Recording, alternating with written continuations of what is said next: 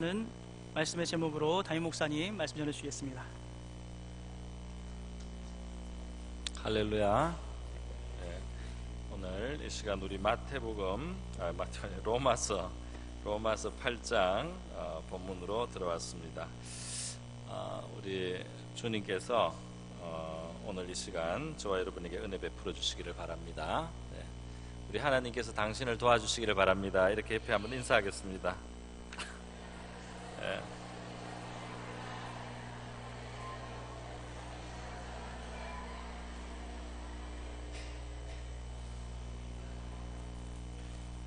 네, 제가 한번 기도할까요? 다시 한번 기도합니다. 고마우신 아버지, 이 시간 평화로운 주일 오후에 우리 하나님의 집에 모였습니다. 하나님의 말씀을 우리 가운데 베풀어 주시고 복음의 진리를 우리에게 분명히 선명하게 깨닫게 하시고 복음의 능력이 우리 안에 역사하게 하여 주시옵소서. 예물을 드린 향기로운 예물 드린 손길들 기억하시고 흠양하시고 또 복 주시며 은혜를 다해 주시기를 원하고, 이 시간 주의 말씀이 우리에게 베풀어지기를 원하옵나이다. 이 시간을 주님께 의탁하오며 고마우신 예수님의 귀하신 이름으로 기도드립니다. 예, 오늘 아주 중요한 주제로 또 접어들고 있습니다. 우리 예수님 믿는다는 것은 무엇입니까? 로마서는 복음을 잘 설명을 하고 체계적으로 설명을 했는데, 그 시작은 죄에서부터, 죄의 문제에서부터, 죄의 현실에서부터 출발을 했고요. 인간의 죄성에 대해서 많이 설명을 했습니다. 그리고 사람이 하나님 앞에서 의롭게 되는 것이 그 행위로 말미암지 아니하고 믿음으로 되도록 그렇게 하나님께서 정하시고, 또 그렇게 밖에는 다른 길이 없다는 것, 예수 그리스도를 믿음으로 말미암는 의로움을 입게 하는 이 하나님의 원리에 대해서 설명을 했습니다. 그래서 예수 그리스도, 우리가 믿음으로 구원받을 수 있는 것은 바로 예수님의 그 희생이 있기 때문이고, 그의 십자가의 죽음, 그 죄의 값을 해결하고 처리하는 예수님의 십자가의 그 희생이 있기 때문에 믿음으로 구원을 받을 수 있는 것이지, 우리 믿음이 무슨 대단한 공로가 되고 우리 믿음이 무슨 대단한 업적이 되어서 우리를 의롭게 하는 것이 아닙니다. 믿음이라는 것은 예수 그리스도의 그 공로, 예수 그리스도의 그 희생의 값, 그 생명의 값, 피 흘리신 그 값을 우리가 받아들이는 것인데, 주님께서 치르신 그 값을 우리가 받아들이는 손에 불과합니다. 그런데 바로 그것이 인간을 의롭게 하고 구원할 수 있다는 거죠.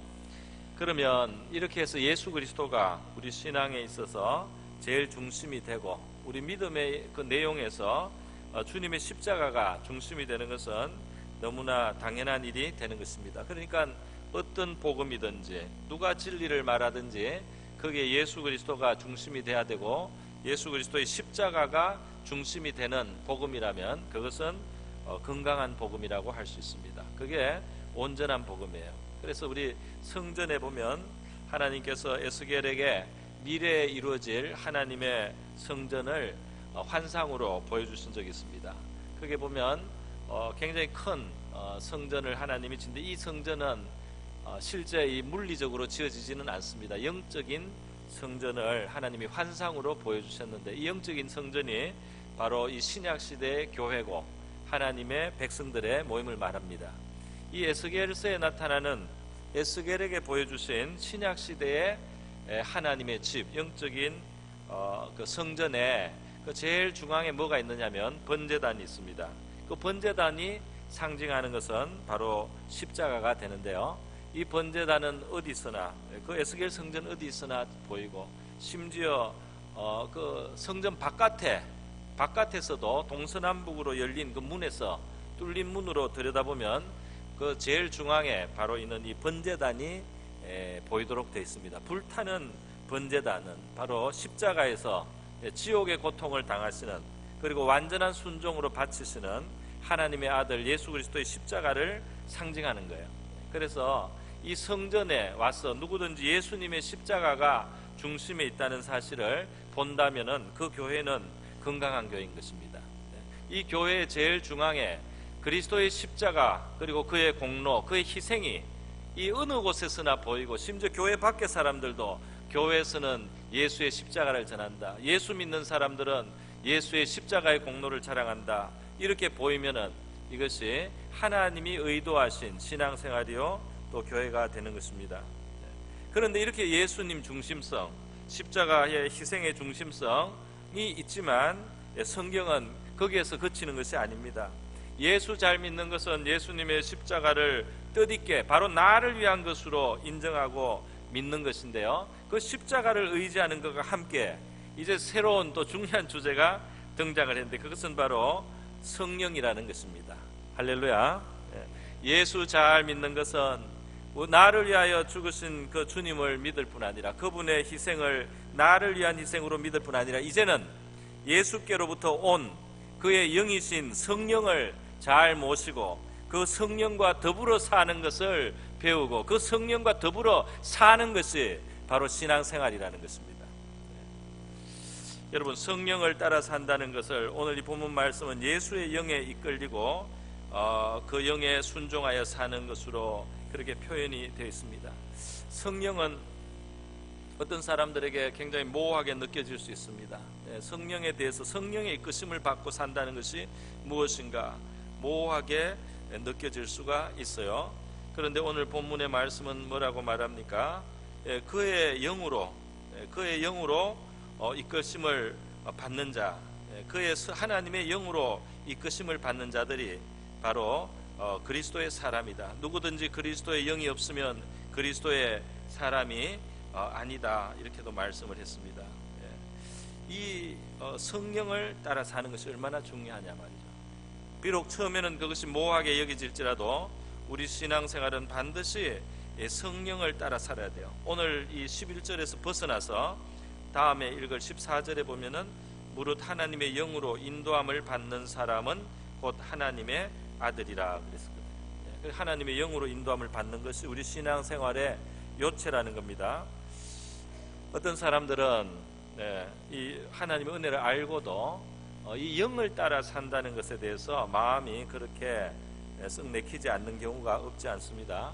신앙생활을 그렇게 하기보다는 몇 가지를 그냥 하는 것으로, 그것이 신앙생활이면 더 좀 편하지 않느냐, 이런 생각을 하는 경우가 있어요.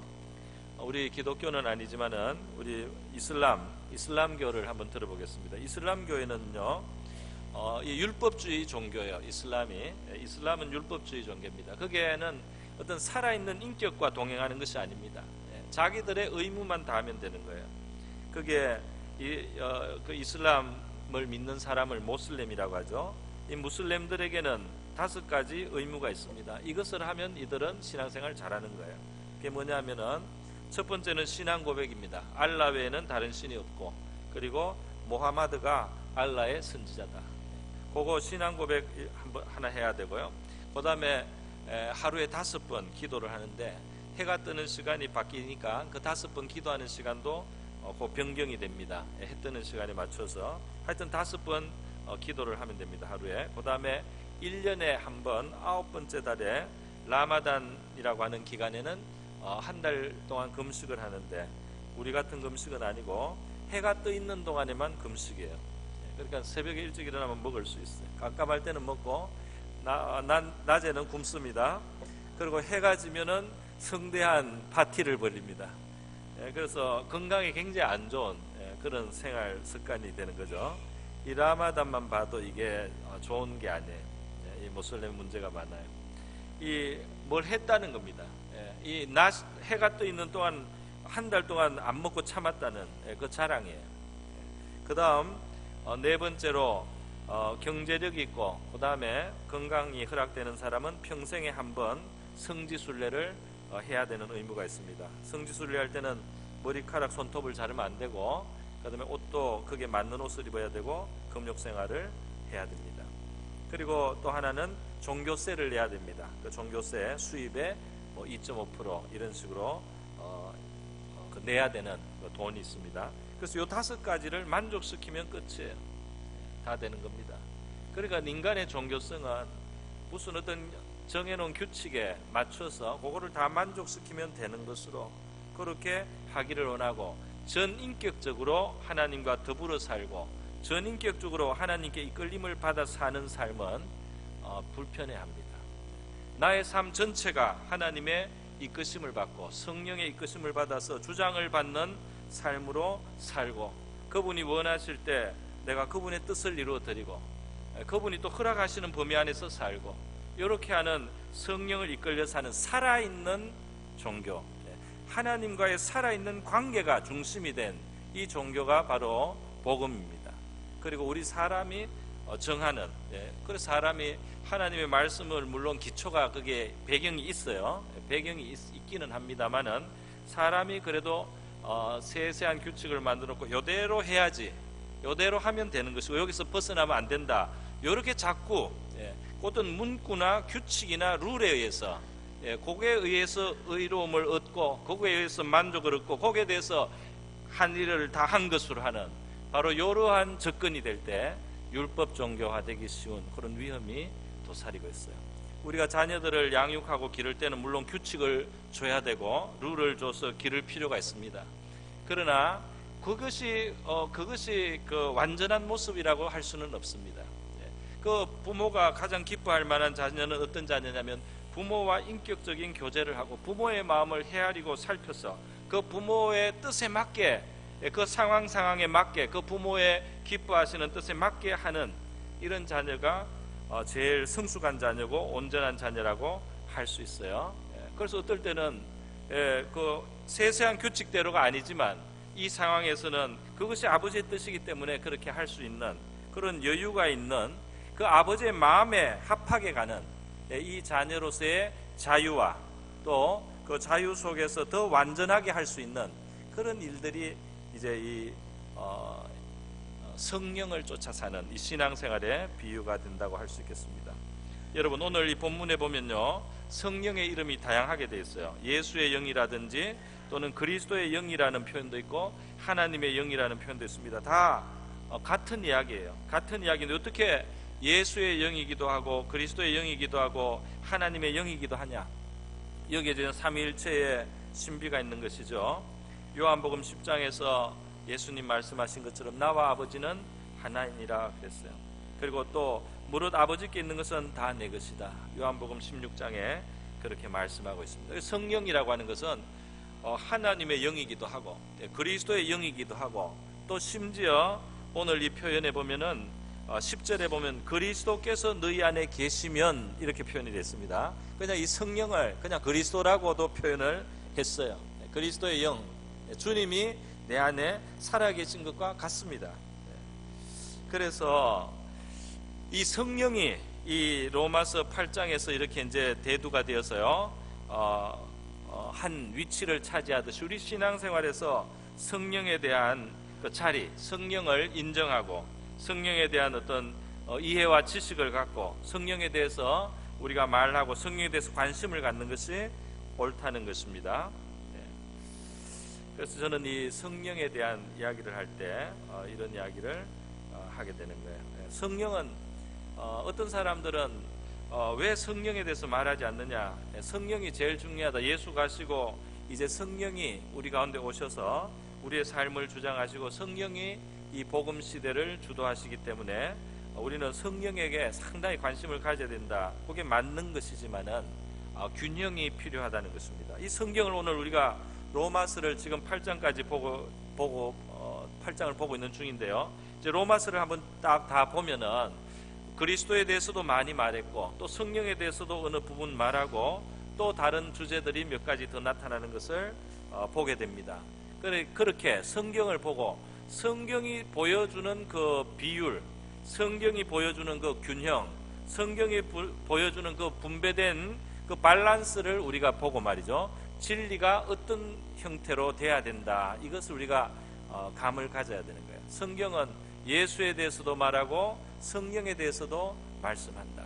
그러니까 예수가 무조건 중요하다고 해서 성령에 대해서 말하는 것을 터부시해도 안 되는 거죠. 또 반대로 이제는 성령의 시대니까 성령에게 초점을 맞춰야 된다고 성령만 하는 것도 맞지가 않습니다. 그러니까 이 성경이 보여주는 만큼 우리는 중요성을 부여하고 그것을 심각하게 받아들이는 것이 좋겠다는 것입니다. 네. 자, 여러분, 성령을 모시고 사는 삶을 결국 이 구원받은 삶에 지금 굉장히 중요한 자리에 말하고 있어요. 사람의 죄는 우리의 공로로 해결할 수가 없습니다. 우리의 의로 해결할 수가 없습니다. 우리의 개선 정도로 되는 것이 아닙니다. 그래서 하나님의 아들이 죽으셔야만 되는 거예요. 그의 희생이 있어야만 되고, 우리는 그 희생을 나의 것으로 받아들이는 믿음으로 그를 받아들이고, 그를 영접하고, 그를 신뢰하고, 그를 의지해서 의로움에 이릅니다. 이게 하나님의 방법이에요. 그러면 거기서 끝나느냐 하면 끝나는 게 아니고 이제 예수의 영을 따라 사는 삶으로 가야 된다는 겁니다. 할렐루야. 예수의 의를 의지한 사람은 예수의 영을 따라가야 돼요. 그래야지 예수를 의지하여 받은 그 의가 우리 안에서 살아있는 의로, 우리 안에서 자유를 주는 의로 왕성하게 살아있습니다. 내가 예수를 믿으면 의로움을 받는 것은 사실이지만 성령을 따라 살지 않으면 예수로 말미암아 얻게 된 이 자유가 말이죠, 생생한 자유로 우리에게 잘 누려지지를 못해요. 이 자유는 예수를 믿음으로 얻었지만은 예수의 영이 이제 와서 우리 안에 거하시는데 그 영의 인도를 받아들이지 않고, 그 영의 인도를 거부하고 따르지 않고 여전히 내 식으로만 가면은 예수 안에 주신, 예수를 통해 우리가 얻게 된 신선한 하나님의 아들의 자유, 죄 용서받은 그 자유를 우리가 누리지를 못하고 그 기쁨을 향유하는데 제약이 오는 것입니다. 이미 가진 것인데도 우리 스스로 그 영을 따르지 아니함으로 말미암아서 그 주신 자유를 누리지 못하는 이런 손해를 보게 되는 거예요. 예수님은 성령에 대해서 우리가 받아들이고 성령을 중요하게 여기도록 미리 가르쳐 주셨습니다. 요한복음 16장에 보면 예수님께서 제자들을 떠나신다고 하면서 내가 떠나는 것이 너희들에게 유익하다 그렇게 말씀했어요. 왜냐하면 내가 떠나지 않으면 보혜사가 오시지 않는다.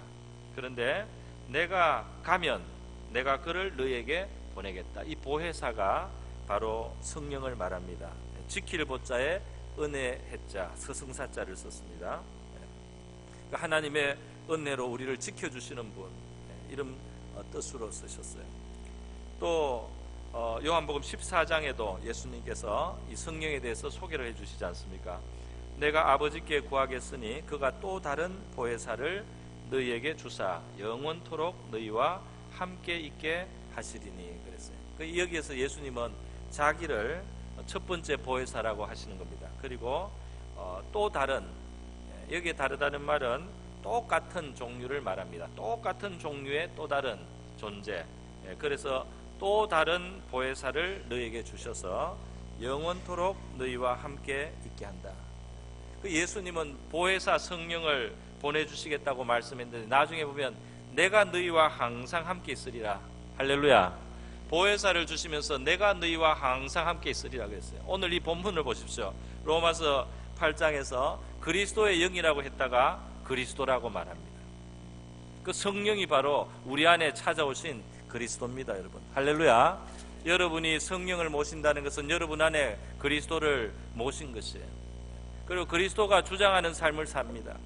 예수님이 십자가에 달려서 죽으셔서 나의 죄 문제를 해결해 주셨는데 그분을 나의 구세주로 내가 모시고 영접한 다음에 그분이 살아계신 분으로 내 안에 오셔서 인격을 가지고 오셔서 나의 삶의 인도자가 되시고 나의 마음을 주장하시고 이끄시려고 할 때 그분을 따라드리는 것이 자연스럽지 않겠습니까? 할렐루야. 그래서 그분이 살아계신 그분이 나의 구주신 겁니다. 살아계신 그분의 인도를 받고 그분의 도움을 받고 그분이 주시는 위로를 받고 그분이 주시는 지혜를 얻어서 살아가는 바로 이런 속에 살아있는 우리 신앙생활이 이루어지는 것이죠. 여러분, 그래서 오늘 그리스도의 영이 없으면 그리스도의 사람이 아니라는 9절 하반절의 말씀, 그리고 그리스도가 너희 안에 계시다 하는 이 10절 상반절의 말씀, 이 정말 중요한 말씀이 되는 거예요. 그런데 이 6절에 보면은 어떤 말씀을 하고 있느냐 하면은 우리가 생명과 평안을 누리는 삶, 그것은 영의 생각의 결과라고 했습니다. 성령을 따라 살아야지 생명이 있고 평안이 있다 이 말입니다. 어떻게 하면 경건합니까? 어떻게 하면 사랑을 실천할 수 있습니까? 그 모든 그 뿌리에는 뭐가 있느냐면 성령을 쫓아서 살아야만 율법의 요구가 이루어진다는 4절의 말씀이 있어요. 육신을 따르지 않고 그 영을 따라 행하는 우리에게 율법의 요구가 이루어지게 하려 합니다. 이게 어떤 말씀이냐 하면은요, 우리 신자는 하나님의 의를 이룰 수 없는 죄인이어서요, 앞에 7장 끝에 보면은 오라 나는 공고한 자로다 이런 탄식을 했습니다. 내 힘으로 내가 의롭게 살려고 노력을 할수록 좌절감을 갖게 되는 거예요. 이 안에, 내 안에 붙들고 있는 그 죄의 힘, 내 안에 있는 이 죄성의 그 힘이 얼마나 강한지 성도들은 경험을 하게 됩니다. 그런데 성령님은 말이죠, 우리를 이끌어서 성령을 쫓아 우리가 살다 보면, 성령이 시키는 대로 살다 보면은 어느 사이에 율법이 우리에게 요구하는 경건하고 의로운 삶에 가까이 점점 더 나갈 수 있다 말이죠. 우리의 안에 평안과 생명도 풍성한 삶을 우리가 얻게 된다는 말씀입니다.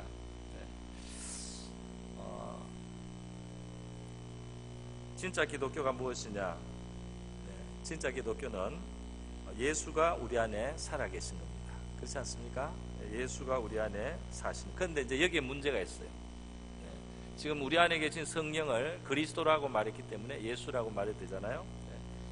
여러분, 예수가 우리 안에 살면 어떻습니까?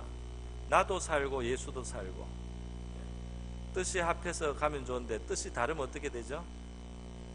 내 안에 계신 성령과 내 뜻이 다르면 어떻게 됩니까? 어떻게 될까요? 충돌이 생긴다고 누가 이렇게 말씀하시네요? 잘 말씀하셨네요. 충돌이 생기는데요, 팔이 안으로 굽는다고 우리가 내 자신의 육신의 내 자신의 마음의 편을 들면 주님을 침묵시키게 되겠죠. 주님이 침묵하게 되겠죠. 주님이 조용히 손님처럼 계셔야 됩니다. 그러면 이것은 성령을 쫓아 사는 삶이 안 되는 거죠. 예수 때문에 의로움을 받고 예수 안에서 자유도 받고 예수 안에서 기쁨과 모든 좋은 것들이 다 있는데 뭐가 문제냐면 내가 문제죠. 내가 내 식대로 살기 위해서 그분을 자꾸 잠재운다 이 말입니다. 그분을 자꾸 침묵시킨다 이 말입니다. 그분을 자꾸 무안하게 한다 이 말입니다.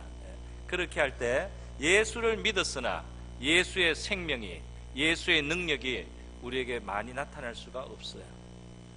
그래서 온유하신 주님이 우리 안에 찾아오셨는데 그분을 적극적으로 우리가 인정해드리고 모셔드리고 순종하려고 하고 그분을 따르려고 하고 그분과 함께 기도하고 이렇게 할 때 그분을 의지하고 계속 그분의 도움을 구하고 그분의 뜻대로 하겠다고 우리가 계속 순종의 길로 그렇게 마음을 기울이지 않으면 그분을 침묵시키고 여전히 내가 살아서 예수를 내 안에 모셔드리고도 내가 주인이 돼 있는, 내가 주장하는 이 삶을 살면 예수의 생명이 풍성치 않는, 병들고 시들은 기독교가 되고 병들고 시들은 그리스도인의 생활을 하게 된다 이 말입니다.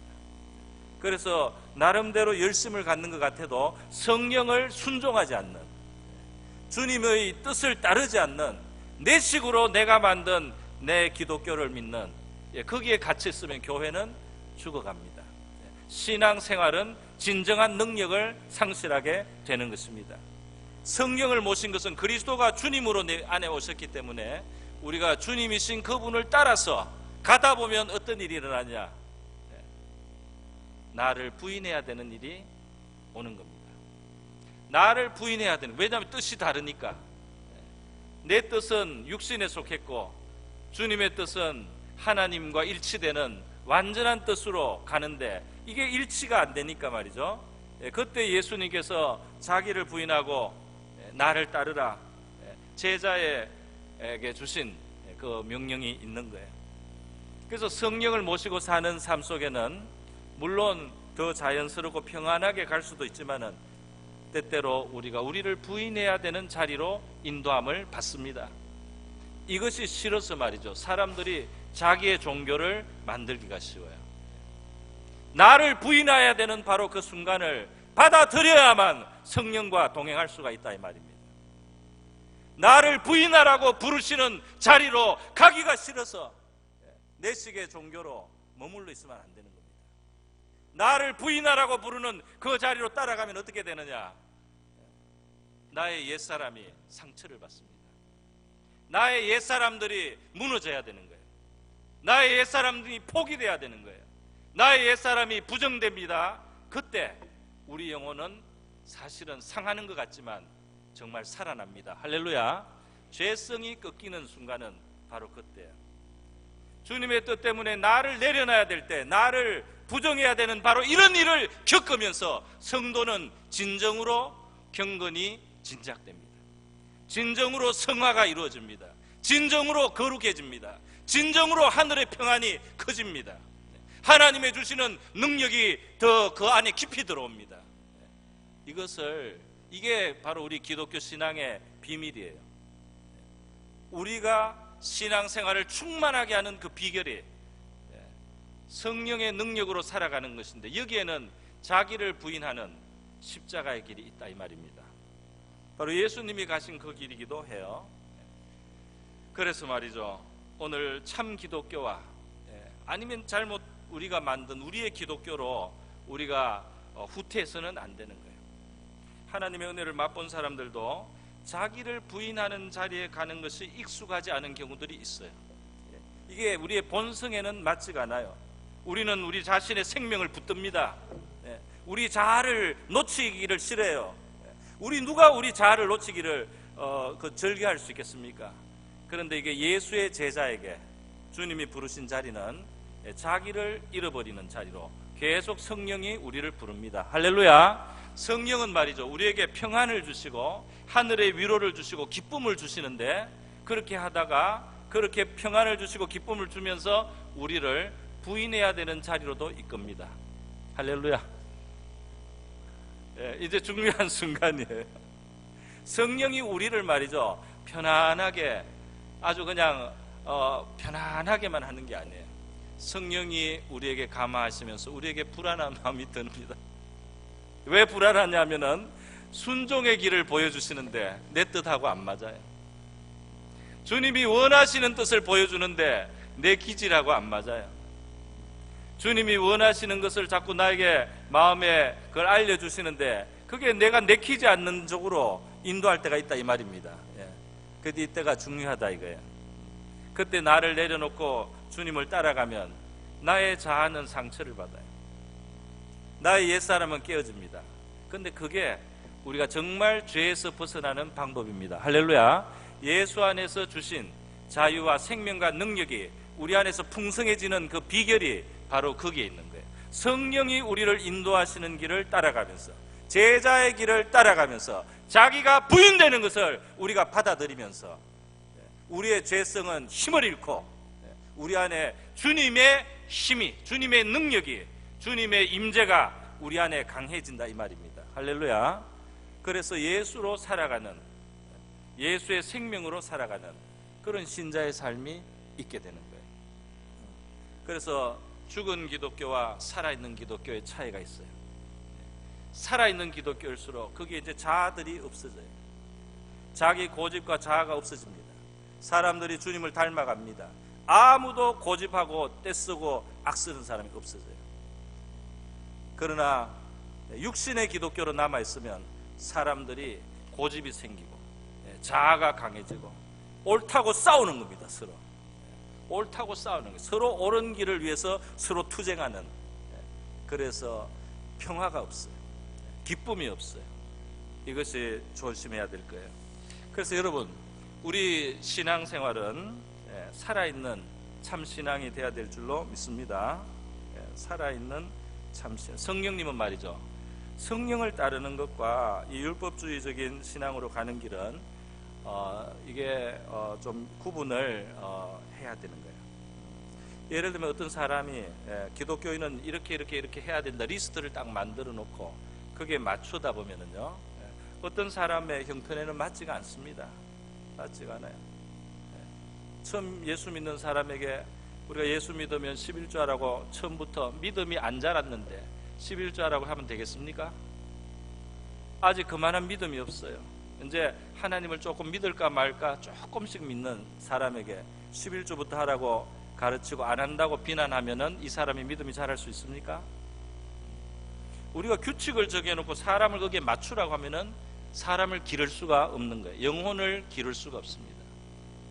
우리 한국의 유교적인 권위주의 문화가 있기 때문에 그 문화의 배경이 강하게 받쳐주는 동안에는 우리 율법주의적 기독교도 어느 정도 통합니다. 그러나 세월이 바뀌었어요. 유교적인 권위주의가 이제는 사회적인 바탕이 안 돼요. 이럴 때도 우리가 그냥 이 룰을 가지고 사람들에게 그게 맞춰야지 좋은 신앙이다 이렇게 강조를 하면은 그게 맞지 않는 많은 사람들이 믿음을 지키기가 어렵고 믿음에서 자라기가 어렵게 되는 거예요. 그래서 말이죠, 마치 그 부모가 자식을 기르듯이 성령님께서 인격적으로 각 사람을 지도하시고 이끄시는 그런 신앙을 우리가 한번 생각해 봐야 되겠습니다. 예를 들면 어떤 아이가 밥을 먹다가 밥을 막 흘려요. 밥이 막 흐릅니다. 이 막 옷에 떨어집니다. 그런데 그 아이가 누구냐에 따라서 칭찬을 받을 수도 있고 책망을 받을 수도 있는 거죠. 그 아이가 만약에 이제 처음 숟가락질을 배우기 시작한 어린아이였어, 맞죠? 그래도 그 숟가락으로 이제 자기가 스스로 먹겠다고 하고 노력을 하는 중이라면 막 흘려도 칭찬을 해줍니다. 잘 먹었다, 맞죠? 10알 중에 3알밖에 안 흘렸다. 칭찬을 해줘야 되는 거죠. 그런데 이거는 멀쩡히 먹을 수 있는데 딴 데 한눈 팔고 딴 생각하다가 이게 밥을 흘리면은 너 뭐하냐 이렇게 한마디 책망을 받아야 되는 겁니다. 성령이 우리와 함께 계시다는 것은 정확하게 우리와 인격적으로 함께 하시면서요, 우리의 수준과 이 레벨에 맞게 우리를 가르치시고 지도하십니다. 그래서 우리가 교회에서 성령의 인도와 가르침을 믿고 우리가 그것을 인정한다면은 각 사람을 우리가 다르게 대해줘야 돼요. 그 사람이 있는 자리와 위치와 그 사람의 지금 와 있는 신앙의 자리에 따라서 우리가 그 사람을 다르게 대해줄 수 있어야 됩니다. 할렐루야. 그래서 어린 신자들에게 우리가 온유하게 대해주고 말이죠. 부족한 것을 우리가 많이 용납도 해야 되고 또 특별한 그 상황들에 대해서 배려를 해줘야 되는 거죠. 그렇게 하면서 각 사람이 주님 앞에서 자라갈 수 있도록, 각 사람이 성령을 따라서 살아갈 수 있도록, 성령이 각 사람을 이끌어갈 수 있도록 도와주는 그런 우리 교회가 되어야 할 줄로 믿습니다. 여러분, 오늘 11절에 보면은 성령을 모신 자는 앞으로 부활의 보증을 가지고 있는 것이라고 말씀하고 있습니다. 예수를 죽은 자 가운데서 살리신 이의 영이 너희 안에 거하시면 그리스도 예수를 죽은 자 가운데서 살리신 이가 너희 안에 거하시는 그의 영으로 말미암아 너희 죽을 몸도 살리시리라. 우리 예수의 영을 모시고 있는 이 사람, 우리 신앙인들은 지금 예수의 영이 우리 안에 오셔서 위로도 주시고 평안도 주시고 때로는 우리에게 도전을 주셔서 우리에게 어떤 명령을 주시고 자기를 부인하라고 우리의 마음속에서 말씀하시고 또는 우리를 이끌어 가시기 때문에 우리가 그때는 좀 불편하지만은 그런다 할지라도 그 예수의 영이 있는 그 사람이 부활에 참여하게 됩니다. 할렐루야. 부활에 참여하게 되는 것, 우리의 몸이 장차 부활의 몸을 입게 되는 것, 이것은 그의 영이 역사에서 되는 일입니다. 여러분, 저와 여러분은 다음 주에도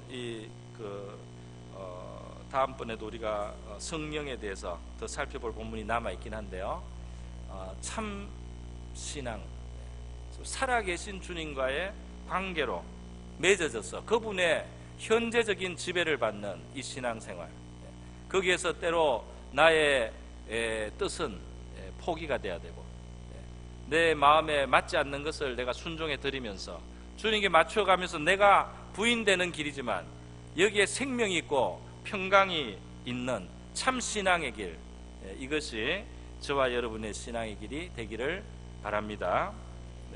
갈수록 우리의 못난 옛사람, 자아, 고집하는 그런 우리의 옛사람의 인격은 사라지고 말이죠.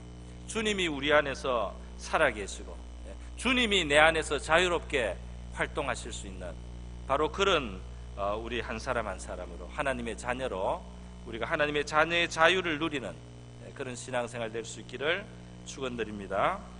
우리 다 같이 한번 기도하겠습니다. 이 시간 기도할 때 하나님, 저희가 성령을 모시고 성령의 이끌림을 받는 우리 개인 또 우리 교회 신앙생활 되게 해주시고, 그래서 성령을 따라가면서 우리가 생명과 평강이 풍성한 그런 신앙생활로 들어가고 누릴 수 있게 하여 주시옵소서. 성령의 요구를 이루어드리는 삶으로 우리가 마음을 모으면서, 우리가 몇 가지 정한 어떤 규칙 가지고 우리의 신앙을 제대로 했다 못했다 이것이 아니고, 우리 전체를 주님의 뜻에 맡기고 성령께 이끌려서 살아감으로 살아있는 신앙, 지금 생명이 있는 신앙, 지금 예수와 연결되어 있고 예수의 지금 현재 뜻이 나를 통해서 이루어지고 있는 바로 이 살아있는 신앙 생활 우리 할 수 있게 해달라고, 그런 교회가 되게 해달라고 다 같이 기도하겠습니다.